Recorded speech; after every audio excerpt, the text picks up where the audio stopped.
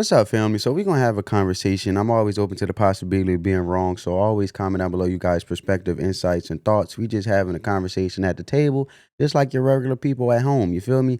So we all know that Donald Trump, he got some stand-up guys or stand-up individuals in his cabinet or individuals that he's going to have on his team, I should say, and they're standing on business and they are fighters, man. They are fighters, and at the end of the day. They not going for no nonsense, no non-cynical stuff, no messy propaganda. They want to execute. They focus on execute for the best interest of the American people. And how can you get mad at that, man?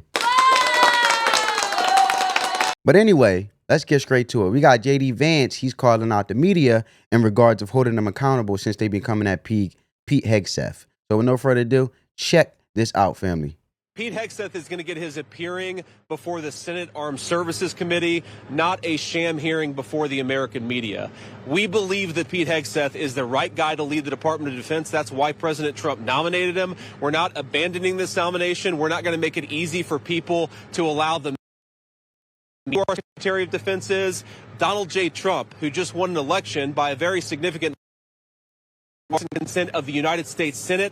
That's who determines who the Secretary of Defense is. I fully support Pete. I think Pete's going to get confirmed, and we are completely behind him. I have talked to Joni. I've talked to a number of my colleagues about this nomination and about other nominations. All I'm asking is that people actually allow the Senate process to work. We do not determine important government officials based on anonymous sourcing from the American media. We determine who our officials are through the nomination process, the advice and consent process of the United States Senate. That's how it should happen, and that's how the president's nominees are going to work through this process. And look, you can't have nothing but respect for this man. This man is always ready to go to bat for Donald Trump, standing on business and holding these media outlets accountable. As we all know, when Donald Trump was going and running with his campaign and going around making rounds talking to media outlets, he sent JD Vance out there to handle MSDNC, I should say, or MSNC as we all know it as, but I say DNC because they are biased towards Democrats.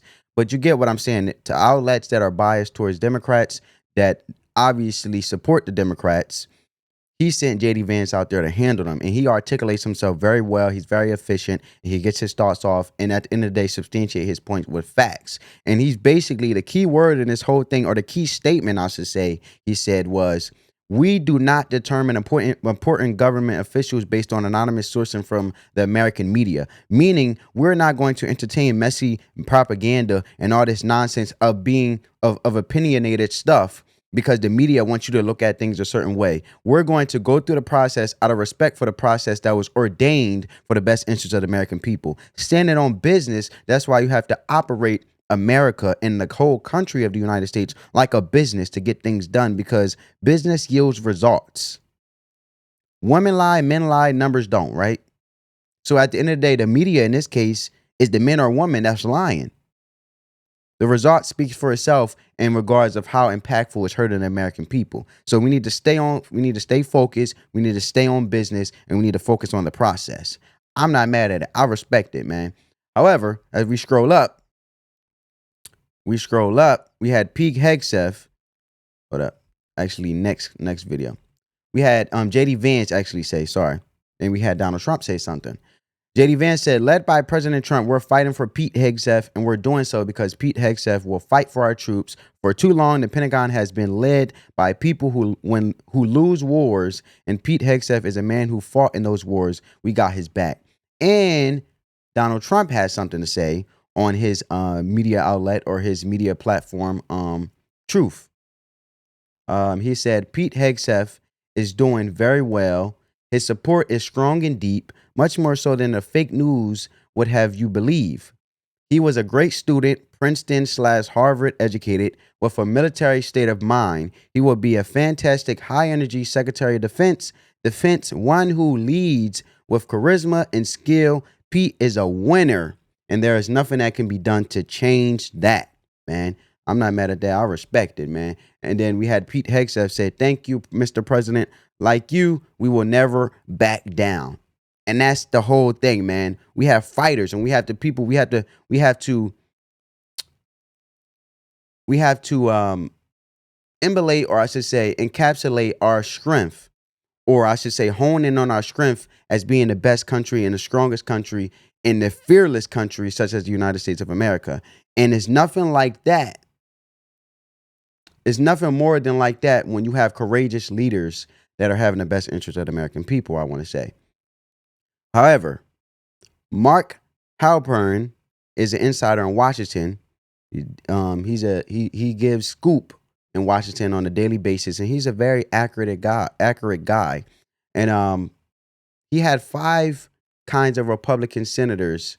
He had a post in regards of how the senators, I should say, are approaching Pete Hegseth in regards of their mindset on how this whole controversy and these hit points of saying that he's a drunk and how he conducted himself when he was a reporter. Pete Hegseth was a reporter on Fox News. So all the slander and controversy around Pete Hegseth, Mark Halpern is the insider in Washington, and he's giving his take on the mindset of senators, because ultimately it goes down to the senators who votes on the Secretary of Defense.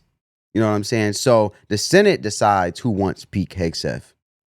Even though we are in the media, we the people want Pete Hegseth as Secretary of Defense, but the process that has been implemented is the senators have to vote on it. So as we read the post, there are 5 kinds of Republican senators.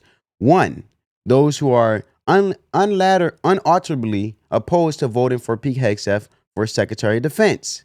2, those who are almost certainly going to vote no, but are telling the White House they have an open mind. Yeah, it's a fancy way of trying to not give an answer, but they know the answer. So yeah, they will vote no. 3, those are on track to vote yes, but could switch if new, reliable, damaging information comes out. 4, those who are definitely planning to vote yes and are very bullish about his chances for confirmation. 5, those who are definitely planning to vote yes and / but think Hegseth is likely doomed. Okay, go sort the 53 Republican senators into those 5 categories. Okay, and that's within the Republican Party. Then he goes on to say things that could seriously knock the Pete Hegseth nomination off course. Now, these are the things that can alter the things.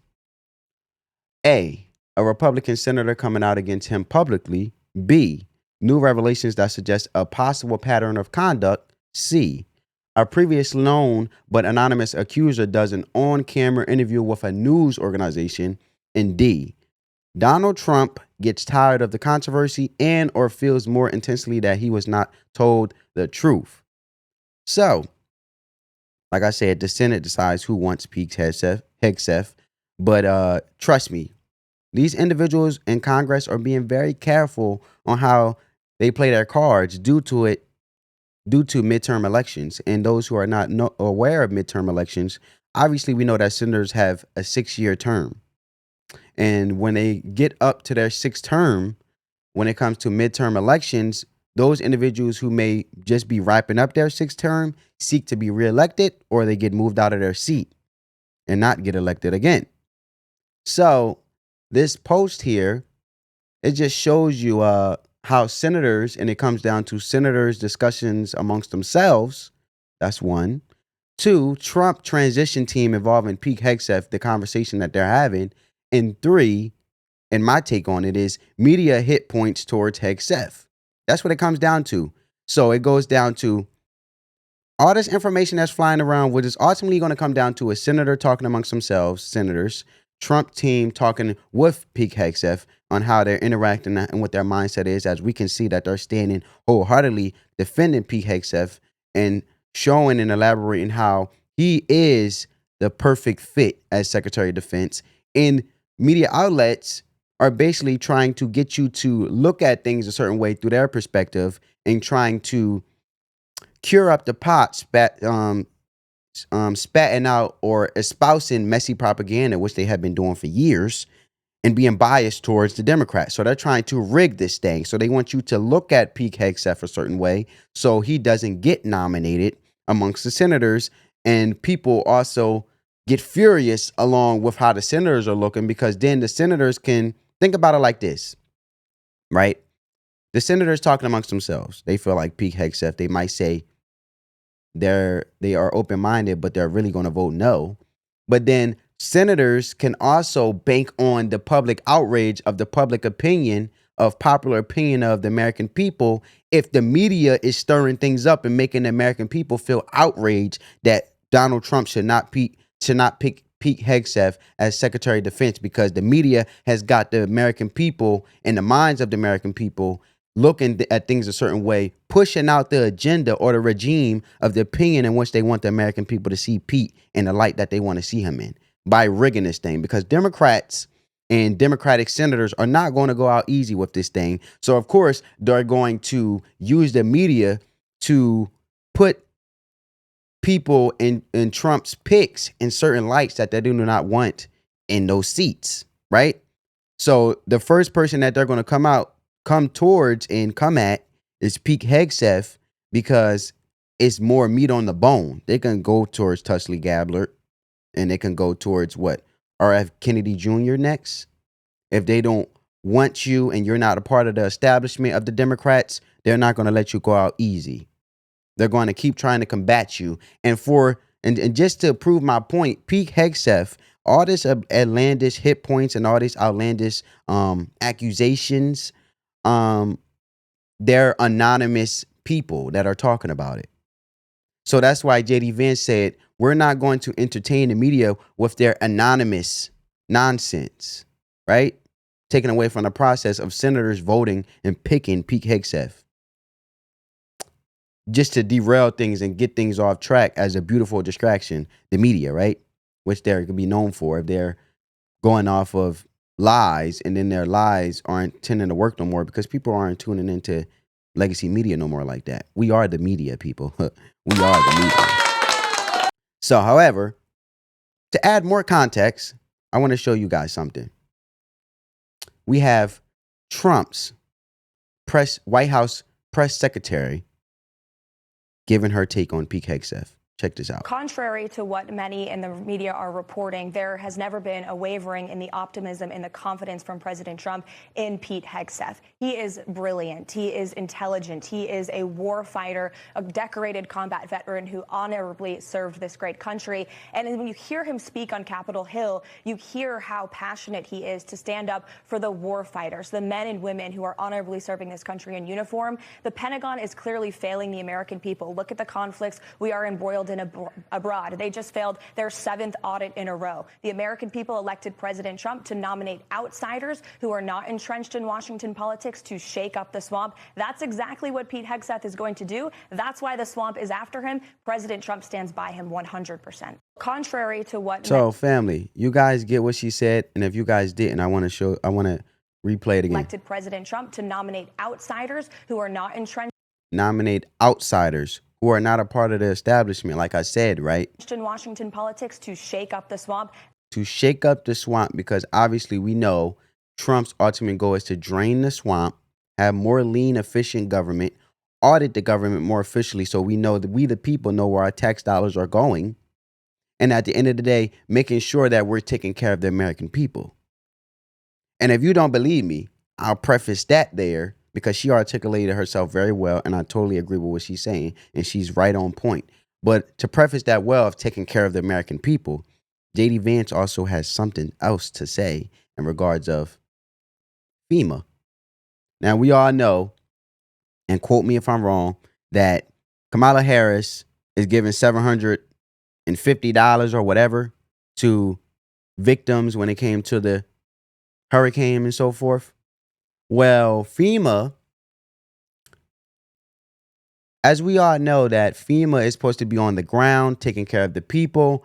And it's a shame that so many individuals have to say yes before they actually go to help the victims, the American people on the ground that actually need help from a travesty or a tragedy, right? That's the whole sole purpose of FEMA, right? So many people has to say yes, which derails the whole point of FEMA being the purpose of why it exists in the first place, to help people during tragedies, hurricanes, and stuff like that. Natural disasters, so to say. But I love what JD Vance had to say and holding them accountable. and executing well and making sure they be on top of taking care of the American people, this is what this is all about. This is what this is all about. So check it out, family. Want people in this area. Hold up, let me do the volume up. Let me rewind it back. Let's go. Things you want people in this area to see change under your administration that starts in January. Well, I think one, hopefully it doesn't take 45 days for this to happen. But as I mentioned earlier, Tom and Ted have explicitly asked the Biden administration to grant the FEMA waiver that would allow mobile homes to come back to this area, that would actually give people some short and maybe some medium-term housing. I mean, Tom and Ted are welcome to talk about that if they want to say more. I hope it doesn't take 45 days, but if, God forbid, it takes 40. He said Ted asked the Biden administration to grant mobile homes just for people to have some sense of stability on the ground, and they still haven't got the yes to do so, which derails the whole purpose of FEMA to get on the ground, execute immediately, and help the American people. That's why I said it should not be this ridiculous, man. 45 days, that's something that is going to change immediately under President Trump's leadership. Think about it.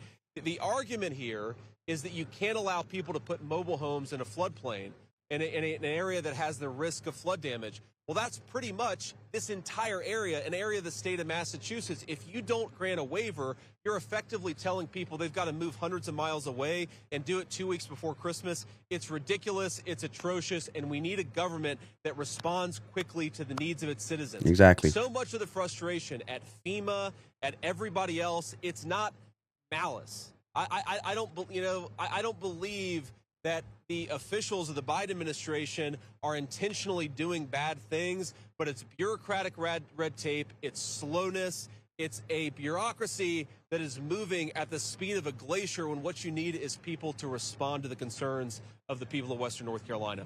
Exactly.